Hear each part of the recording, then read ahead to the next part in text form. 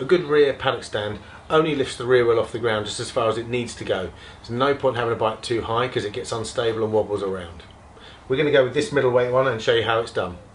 The two most common types of paddock stand at the back are ones that use cups that lift under the swing arm and others that use bobbins mounted onto the swing arm to lift using these forks. One key extra for any rear paddock stand which will make life a lot easier are these swing arm mounted bobbins. Now each manufacturer's fitment is different, so you need to make sure that the one you buy are correct for your bike. Before you get started, it's important to adjust the width of the paddock stand so it suits your bike. Each one's different. Now these forks slide in and out to adjust to the bobbins and they're locked in place with these screws.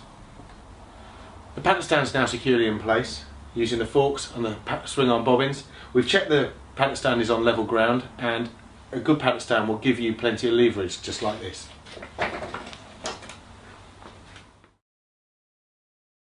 A front paddock stand is a great addition to any garage. They're really useful in general maintenance, particularly with things like brake maintenance and wheel removal. One of the key things to remember with a front paddock stand is that they can only be used once the bike is up on a rear stand. You cannot use them on their own. As on the rear paddock stand, it's important to adjust the width of the front to make sure it fits with the bottom of the forks. And before you lift it, make sure the front wheel is pointing straight ahead. Once you're happy the fork supports are correctly in place, it's time to lift the front of the bike.